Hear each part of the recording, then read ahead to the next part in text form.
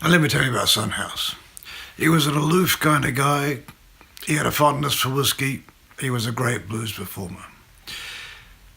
I'm putting him at the start of this series. I'm making the start of the series about him because he's kind of like the root of it all as far as I'm concerned. Because he was never a fantastic technician, but he was a tremendous performer. And he was something of a musical primitive, but he was deeply influential, so he kind of fits as being at the start. Now, he certainly wasn't the founder of the blues, because there were plenty of other people. I mean, the people who really started the blues we probably never heard about because they never recorded. He wasn't the most influential back in the day because there were people like Charlie Patton, who House associated with, who were better known performers and more technically skilled. But House survived. He lasted. He died in 1988. He was active in the 1970s when I was a young fella. There's film of him, and there's good recordings. So he was one of the few players from way back in the day who lasted. Now, Son House was born in the Mississippi Delta around about 1900 or so, or maybe earlier. It's all a bit murky. Son reckoned he was born 10 years before that. Apparently he was married for the first time in 1911, so if he was born in 1900, well, that puts him as being something of an early starter.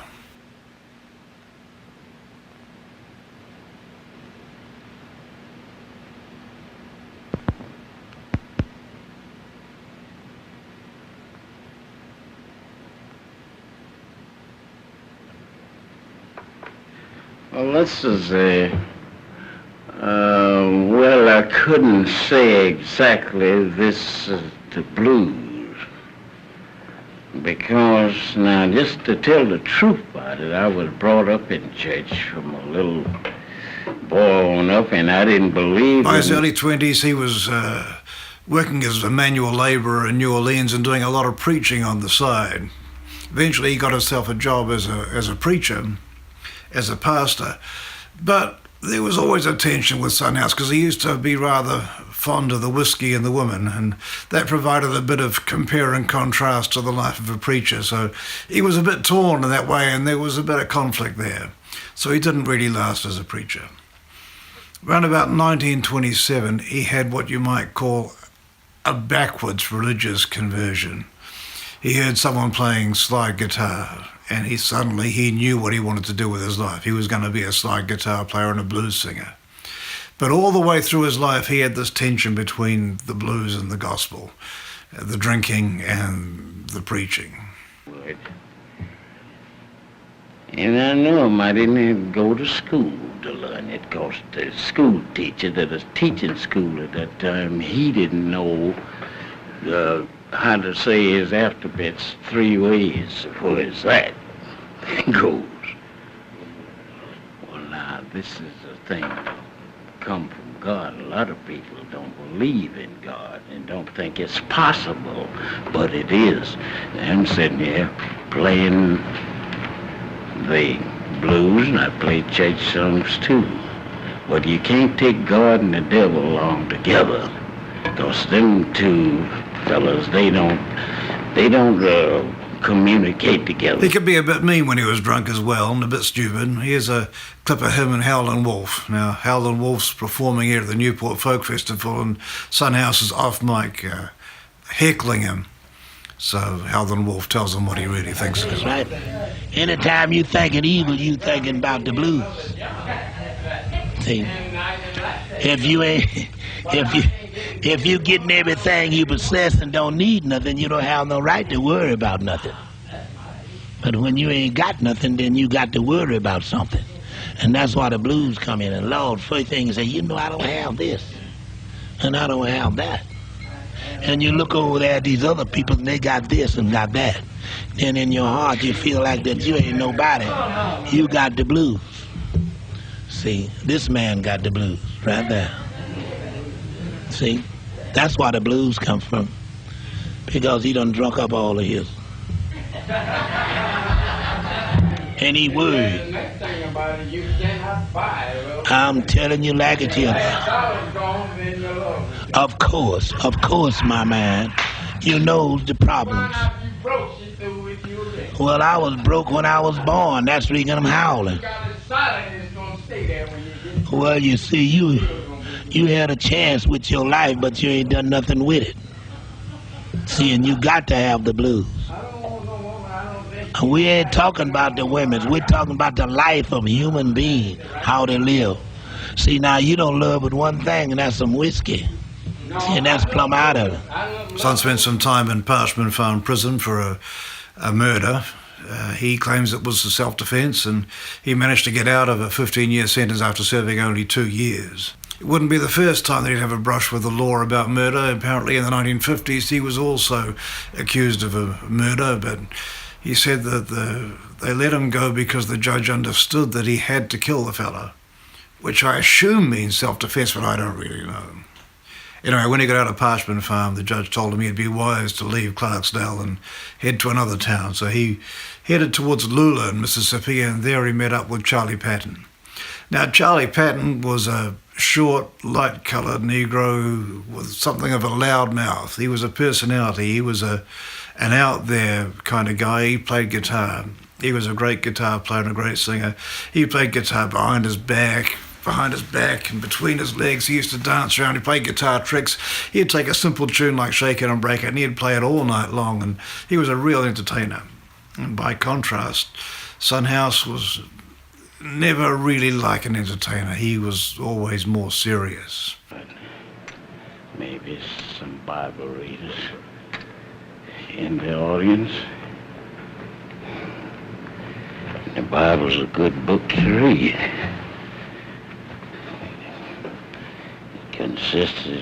But somehow they managed to get along.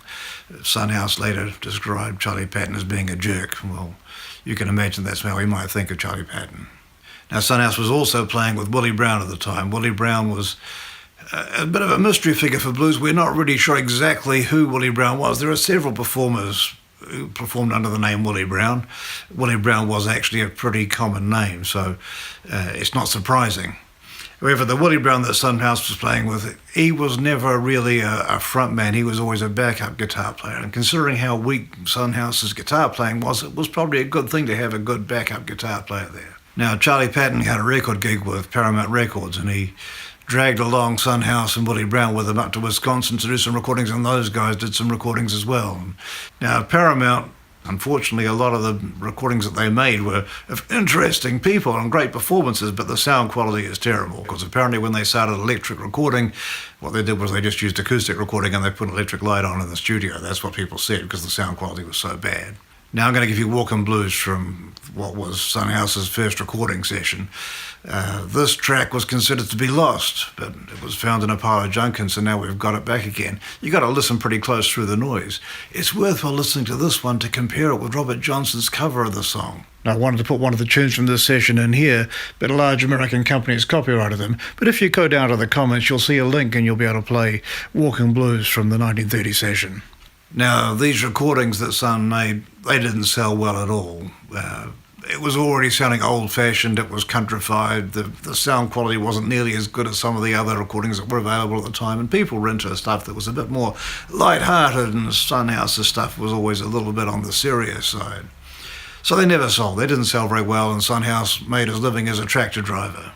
In 1942, Alan Lomax was touring through the South recording people as well, and he recorded Son House. So this is a much better recording. It's the same song. We'll do the same song so you can compare a little bit of the two different approaches over the years. You can hear it's more of a party atmosphere. There's a backing band, and I think it sounds a lot better.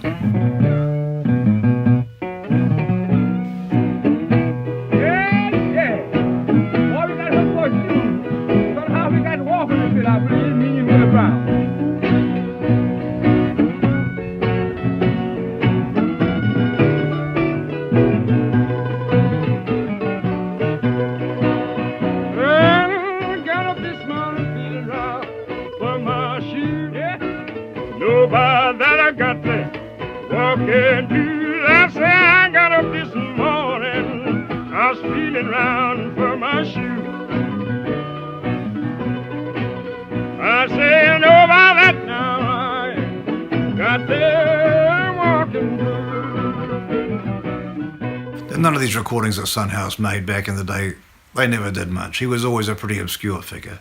And the people he was hanging around with and playing with, Charlie Patton, Robert Johnson, Willie Brown, they died. They died of blues-related ailments, like Robert Johnson, who died by drinking poison whiskey given to him by a jealous husband at a gig he was playing at. The Son House reckoned that, well, if all these guys were dropping dead, maybe he'd be next too, so maybe it was time to give up blues. So he moved to Rochester, New York, and he worked on the railroads. And he worked on the railroads for the next 20 years. Now, in the 1960s, these white record collectors started to take an interest in old blues. And some of these guys, they were enamored with the subject. They just loved the old blues, and they were collecting the records. Now, everybody had Tampa Red records, but nobody had Son House records. And if something's rare, well, it gets a bit of an extra appeal, doesn't it?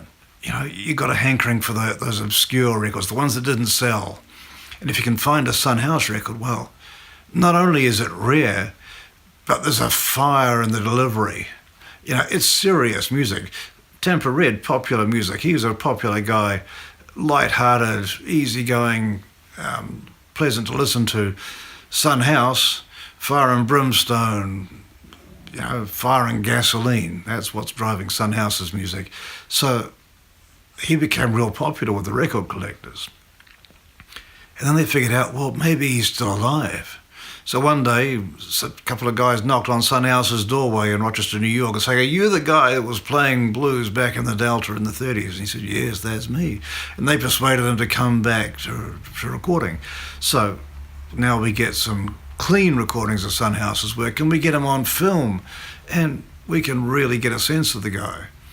Especially because he started to talk and introduce his songs so that we got a sense of the context of where his music was coming from. With a black stripe all the way around it. That used to be possible. Any older man like me can tell you the same thing. You look in your mailbox and you see that. You know that's from some of your friends that died. They really used to make them kind of envelopes, see? That's true. You don't see them anymore now. So he happened to get one of these letters, and I named it Death Letter.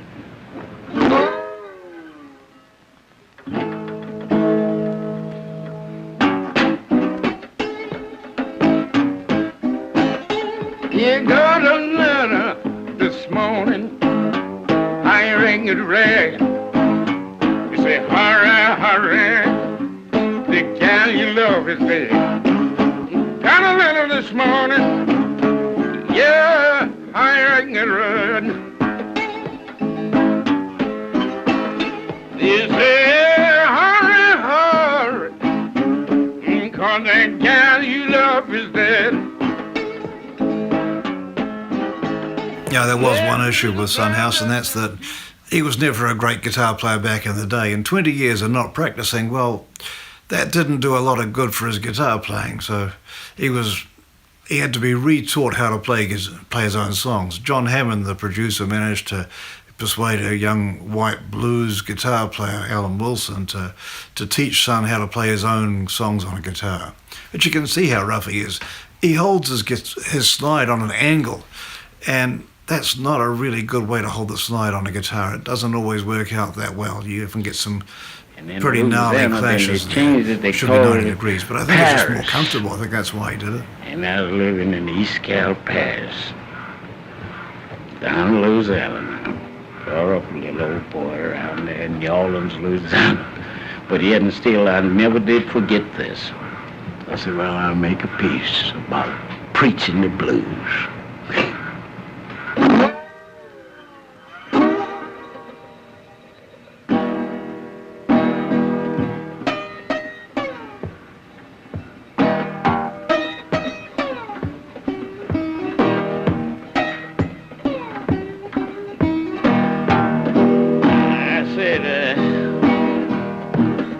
Get me a religion.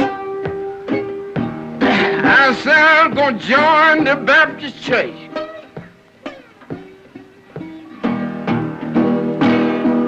Yeah, get me religion.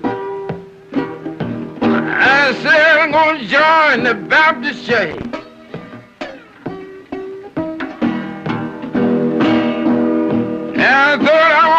be a Baptist preacher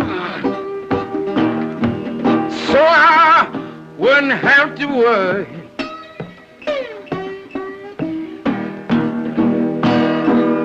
You know, one deacon looked around and he began to grin.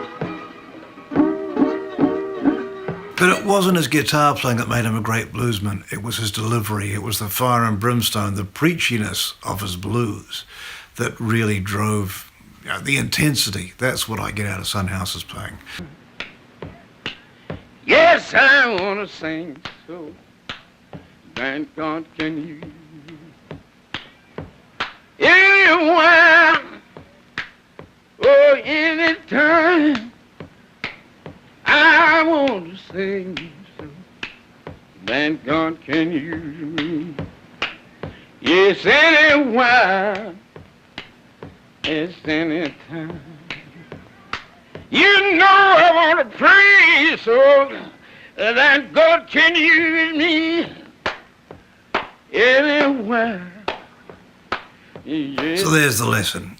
If you want to be a great blues player, if you want to be a great blues guitar player, well, all you have to do is practice. If you practice long enough and hard enough, you'll be able to play blues scales up and down the fretboard 90 miles an hour.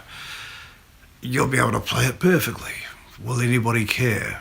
Will anybody care how fast and how fluently you can play if you've got no soul in your music? Because the cornerstone of the whole deal is the soul in your music. And that's the point about Son House. That's why he's at the start, because he's got the soul. He doesn't even have the technique, but he's got the soul.